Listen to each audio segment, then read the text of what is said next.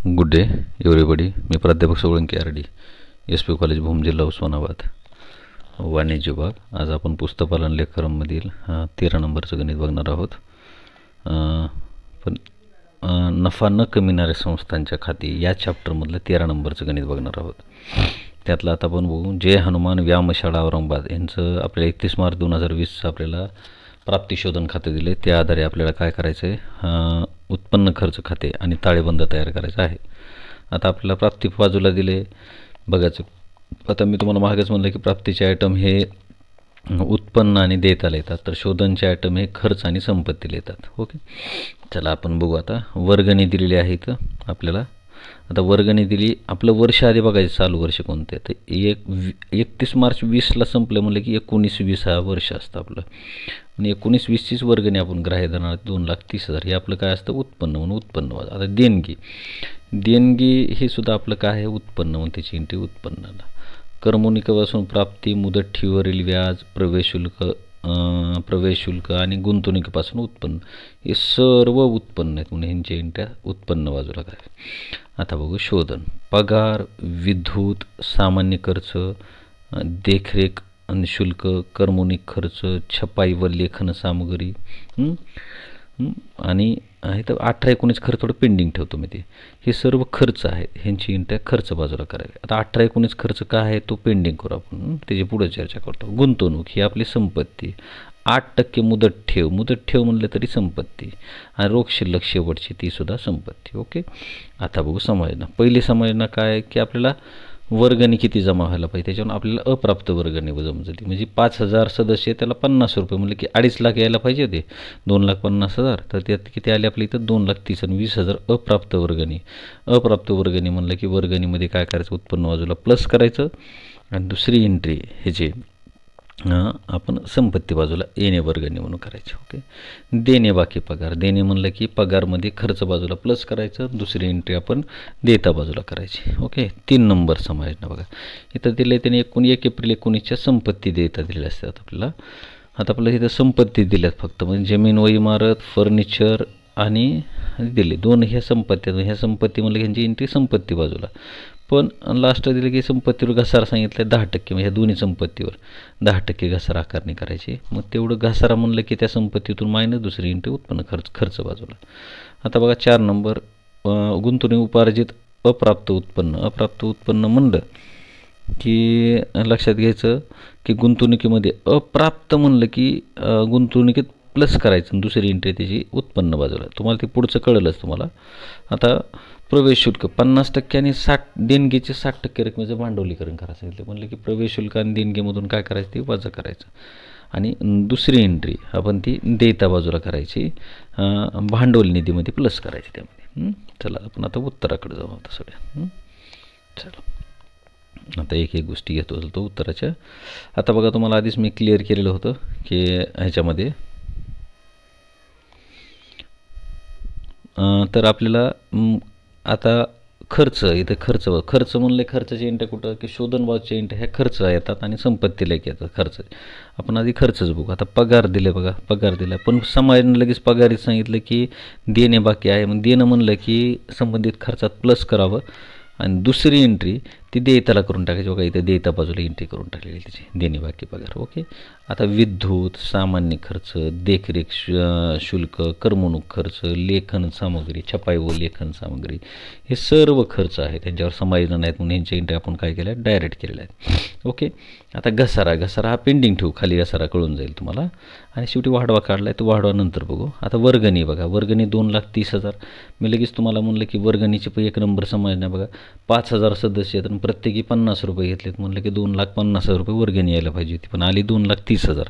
20,000 रुपये येणे बाकी असते. येणे बाकी म्हणलं की त्याच्यामध्ये प्लस करावी, आणि दुसरी एंट्री अप्राप्त वर्गणी म्हणून, आणि त्याची दुसरी एंट्री आपण संपत्ती बाजूला बघा इथं केलेली त्यांनी अप्राप्त वर्गणी म्हणून करून टाकावी. आता देणगीच्या 60% रकमेचं भांडवलीकरण केले. मग 60% म्हणलं की 60% या देणगीमधून काय करायचं, मायनस करायचं, आणि त्याची दुसरी एंट्री ती भांडवल निधीमध्ये इथं प्लस करायचं.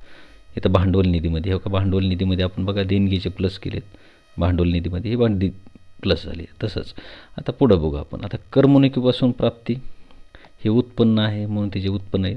आता गुंतवणुकीपासून उत्पन्न, आता बघा गुंतवणुकीपासून उत्पन्न 1000 दिले प्लस 2000 दिले. मग तुम्ही 2000 कुठलं आलं तर ही लक्षात घ्यायचं इथं. हे 2000 उत्पन्न झालं. उत्पन्न म्हणलं ही जी दुसरी एंट्री गुंतवणुकीमध्ये सुद्धा प्लस करावं लागतं, म्हणून इथं बघा 2000 रुपये गुंतवणुकीत प्लस केले आहे. आणि 1000 रुपये उत्पन्न गुंतवणूक जे आपल्याला ह्याच्यामध्ये प्राप्तिशोधन खात्यामध्ये आपले 1000 रुपये दिलेले उत्पन्न ते ती एंट्री आली प्लस अप्राप्तचे 2000 रुपये, असे एकूण 3000 रुपये आपलं उत्पन्न झालं. आता प्रवेश शुल्क त्याच्या 50% रकमेचं भांडवल निधीला वर्ग करा म्हणलं किंवा भांडवलीकरण करा म्हणलं की मग इथं मायनस करायचं आणि दुसरी एंट्री लगेच इथं करून टाकायची भांडवल निधीमध्ये प्लस देयता बाजूला. ओके. आता बघा मुदत ठेवीवरील व्याज 3000 रुपये आणि प्लस येणे बाकी व्याज. मग तुम्ही म्हणतात मुदत ठेवीवरील येणे बाकी व्याज समायोजनाचं आहे आपल्याला. इथं समायोजना तुम्हाला दाखवून देऊ आपण. हे समायोजना आपण मुदत ठेव समायोजना कशी येते ती क्लिअर करतो. ही समायोजना ह्याला गुप्त समायोजना म्हणलं जातं. गुप्त समायोजना. सर गुप्त समायोजना आपण कशी आता ह्याचे प्रश्न आता बघा मी कळलं गुप्त समायोजना कशी. आता इथं अमाऊंट्स बघून घ्यायची की तुम्हाला लक्षात नाही आलं. आता बघा मुदत ठेवीवरील व्याज 3000 प्लस 1000 केलं. आता 3000 तुम्ही म्हणतात सर मुदत ठेवीवरील व्याज 3000 कुठं आलं तर इथं बघा. म्हणजे 50,000वर 8% जर व्याज काढलं तर तुम्ही 4000 व्याज येते. त्यातलं 3000 प्राप्त झाले म्हणजे किती राहिले फक्त 1000 रुपये. म्हणजे 1000 रुपयेचं अप्राप्त वर्गणी दाखवावं लागते इथं.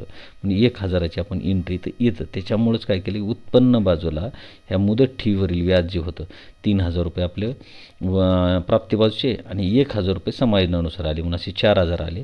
मग ह्या 1000चीच दुसरी एंट्री आपण कुठं करायची संपत्ती बाजूला मुदत ठेवीमध्ये ती प्लस करायचं. ओके.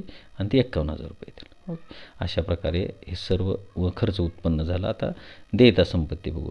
आता मी अगोदर देयता घेतो. देयताचे आयटम म्हणलं की प्राप्तिशोधन खात्याच्या प्राप्तीचे आयटम हे देयताला आणि उत्पन्नाला येतात. तर देयताला बघू.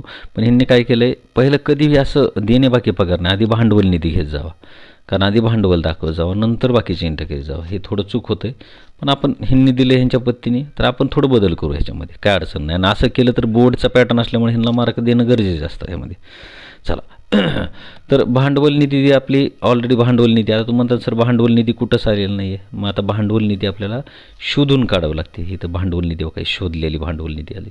मग शोधायची कशी रोख शिल्लक. तुम्ही असं म्हणता रोख शिल्लक कुठली आली तर प्राप्तिशोधन खात्यामध्ये आपण बघितलं असेल की प्राप्ती बाजूला शिल्लक पुढे आणली असं असतं. ती शेवटची शिल्लक असते गेल्या वर्षीची म्हणून ती रोख शिल्लक जशाला तशी आपण पुढे आणलेली असते. ती रोख शिल्लक. येणे बाकी वर्गणी आपण बघा येणे बाकी वर्गणी 4000 रुपये. तुम्हाला मागील वर्षाची 4000 होती आणि 2,30,000 चालू वर्षाची होती. ही 4000 जशाला तशी घ्यायची. जमीन आणि इमारती फर्निचर हे आपल्याला इथं ऑलरेडी समायोजनामध्ये दिलेले जशाला तसं ती घेऊन टाकायचं. आणि इथं दिले खर्चाचे देणे बाकी 18-19 25,000 रुपये.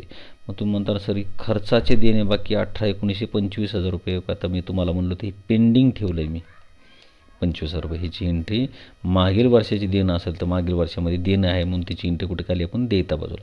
अशा प्रकारे ह्याची जर बेरीज केली आपण गोळा बेरीज तर केली तर 1,51,800 ही संपत्तीची बेरीज येते. त्यातून 25,000 मायनस केली तर 1,26,800 भांडवल निधी निघाला.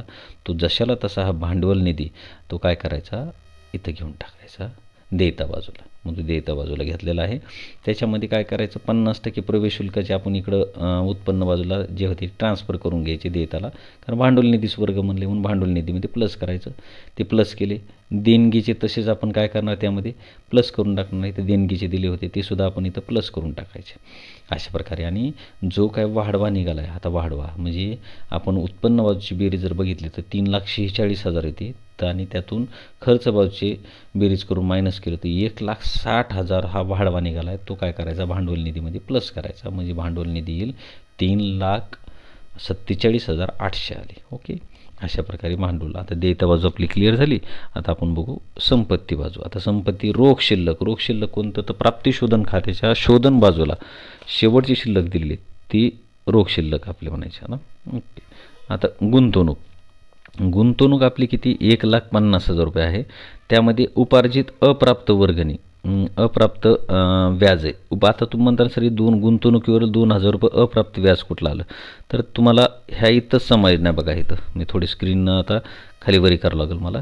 त्यामध्ये ह्या इथं समायोजनाच आहे बघा अप्राप्त व्याज. मग ती जशाला तसं अप्राप्त व्याज काय करायचं यामध्ये ते प्लस केलं.